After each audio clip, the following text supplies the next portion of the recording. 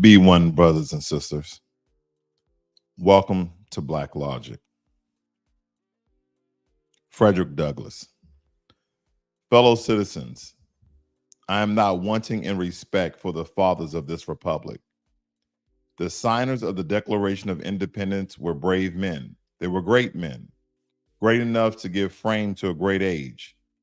It does not often happen to a nation to raise, at one time, such a number of truly great men. The point from which I am compelled to view them is not certainly the most favorable, and yet I cannot contemplate their great deeds with less than admiration. They were statesmen, patriots, and heroes, and for the good they did and the principles they contended for, I will unite with you to honor their memory. Fellow citizens, pardon me, allow me to ask, why am I called upon to speak here today? What have I, or those I represent, to do with your national independence and the great principles of political freedom and of natural justice embodied in the Declaration of Independence extended to us? And I am therefore called upon to bring our humble offering to the national altar and to confess the benefits and express devout gratitude for the blessings resulting from your independence to us. But such is not the state of the case. I say it with a sad sense of disparity between us. I am not included within the pale of glorious anniversary. Your high independence only reveals the immeasurable distance between us. The blessings in which you, this day, rejoice are not enjoyed in common. The rich inheritance of justice, liberty, prosperity, and independence bequeathed by your fathers is shared by you, not by me. The sunlight that brought light and healing to you has brought stripes and death to me. This 4th July is yours, not mine. You may rejoice, I must mourn, to drag a man in fetters into ground illuminated temple of liberty, and called upon him to join you in joyous anthems, where inhumane mockery and sacrilegious irony do you mean, citizens, to mock me by asking me to speak to the day? If so, there is a parallel to your conduct.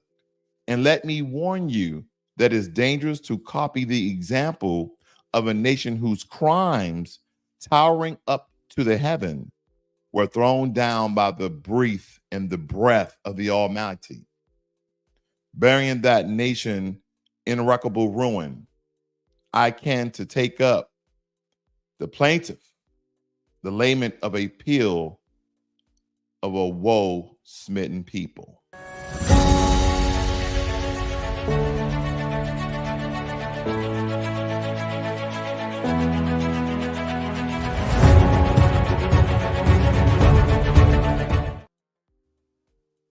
Freedom. The power or right to act, speak, or think as one without hindrance or restraint. Absence of subjection to foreign domination or despotic government. The state of not being imprisoned or enslaved. The 13th Amendment. It states that neither slavery nor involuntary servitude, except as a punishment for crime whereof the party shall have been duly convicted shall exist within the United States or any place subject to their jurisdiction. So that plainly states that slavery is still legal in the United States of America if you are incarcerated in prison. The 1994 Crime Bill. The 1994 Crime Bill. And how we are still affected by this today. And how this has spun up new legislation authorized the death penalty for 60 new federal offenses. 74% of defendants recommended for death penalty by federal prosecutor who were Black people, mostly Black people. While Black people, including with Hispanic people, represent 31% of the US, they represent more than half of the people who are on death row. These are very staggering numbers, and these are the lingering effects of the 1994 Crime Bill, but we won't stay here. The 1994 Crime Bill and beyond, how federal funding shapes the criminal justice system. And we know the official name of the 1994 Crime Bill is the Violent Crime Control and Law Enforcement Act of 1994. Now, in some aspects, family, this was very comical because Joe Biden, when he was the senator of Delaware, signed the 1994 Crime Act or proposed it. He was the curator of it. And Bill Clinton, as the baby boomer generation would state, he is the first Black president until Obama came along. But he signed it. And believe it or not, family, it was over 55 or 58% at that time that Black people supported the bill, not knowing that it was targeting the very same people who overwhelmingly had the power for it to pass. But it states here today, though, there are numerous proposals, such as the Reverse Mass Incarceration Act, which Biden support. Look at the irony. Look at the contradiction that aim to undo the damage caused by the 1994 Crime Bill. A staggering, isn't that? And some people say, oh, he's righting a wrong. Family, in some cases, you can right a wrong. But when you destroy over 200,000 Black people's lives by wrongfully incarcerating them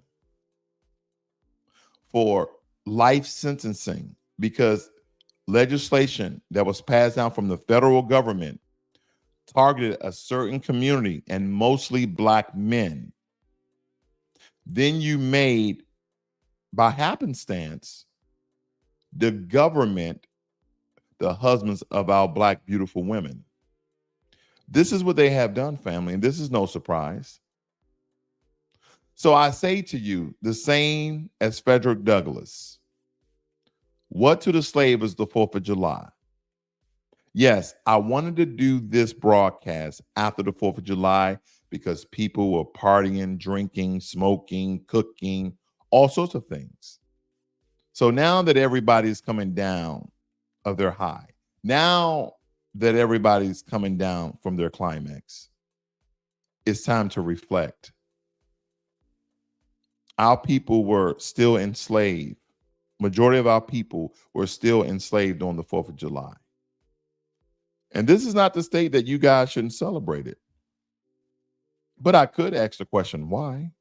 Oh, it's a good time for the family to get together, put some food on the barbecue and grill and chill and talk and smoke and etc. Right?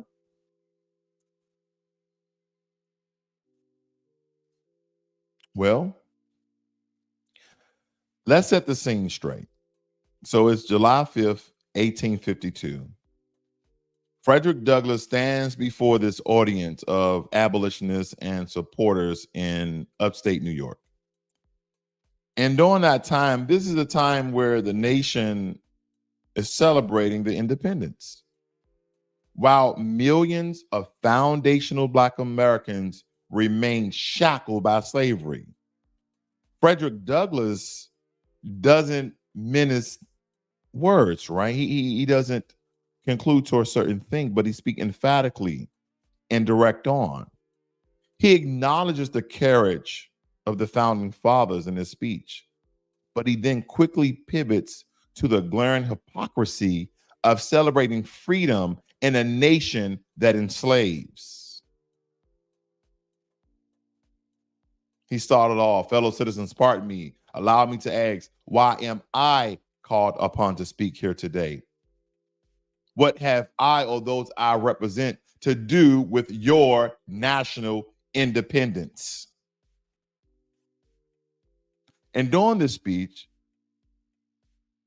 Frederick Douglass hits very hard. He calls out the mockery of inviting a formerly enslaved man to celebrate freedom when his people are still in chains. It's like being invited to a feast while you're starving outside, peeking and peering in through the window. The rich inheritance of justice, liberty, prosperity, and independence is not shared by everyone. See, Douglas' message resonates today because despite the end of slavery, despite the end of the so-called black codes, despite the end of Jim Crow, the fight for true equality for our people still continues.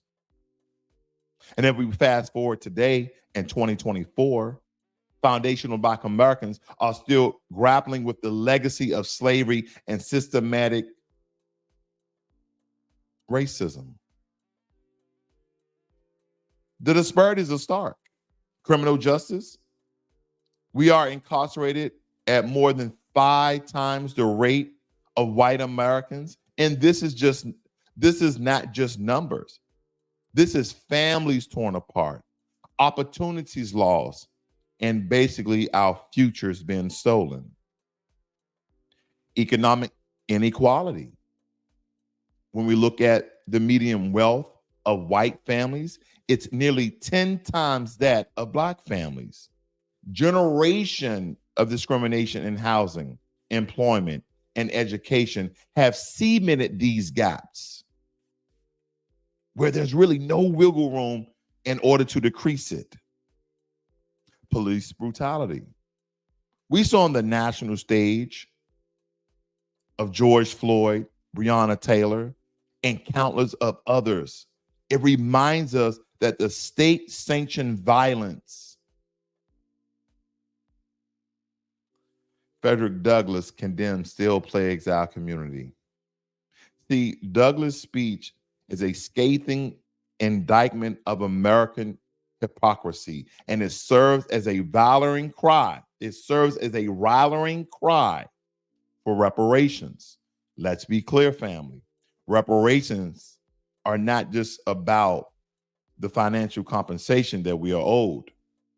They're about acknowledging the centuries of unpaid labor, stolen land, and broken promises. They're about investing in Black communities to bridge the gaps in education, healthcare, and economic opportunities.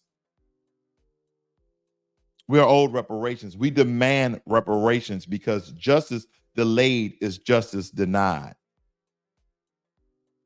See, the system in which we know it owes foundational Black Americans not just for slavery,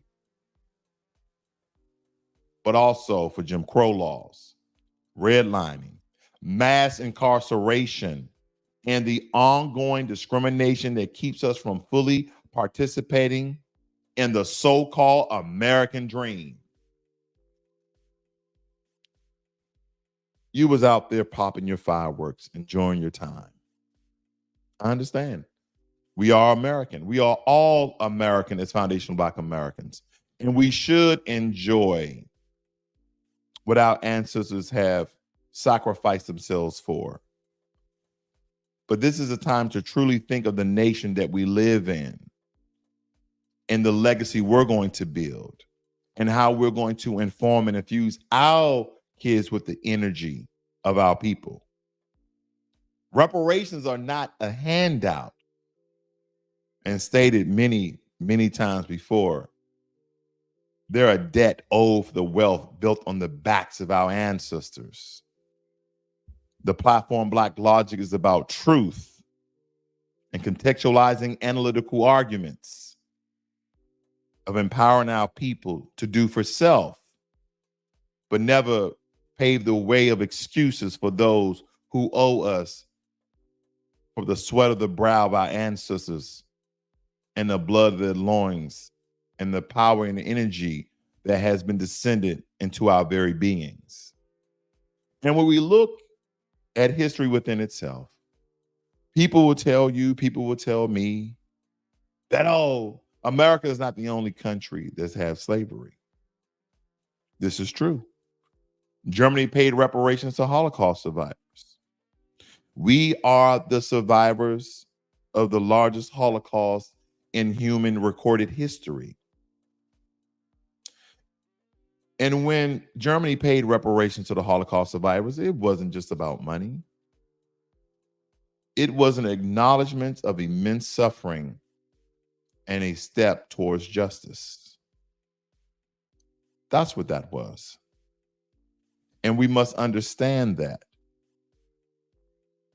During the Japanese internment,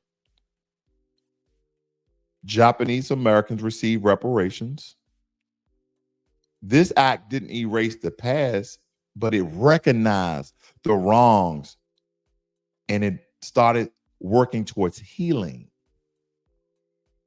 Asian Americans to this day are treated far better than Black Americans in the very country that they built, in the very country that they modernized with technology, innovations, and inventions. Reparations for Black Americans mean that we can be our own student debt relief, that we can invest in Black-owned businesses and start our own businesses. And we can build and rebuild our community to better than it was before. It's about creating equitable future for our children. So as we reflect on Douglass' words, let's remember this. The fight isn't over. We honor Frederick Douglass' legacy by continuing to challenge the status quo, demanding justice, and advocating for reparations, like the rally for reparations that our brother Tariq Nasheed held not too long ago. It's not just about righting the wrongs of the past. It's about building a future where Black lives truly matter, not the organization, the movement.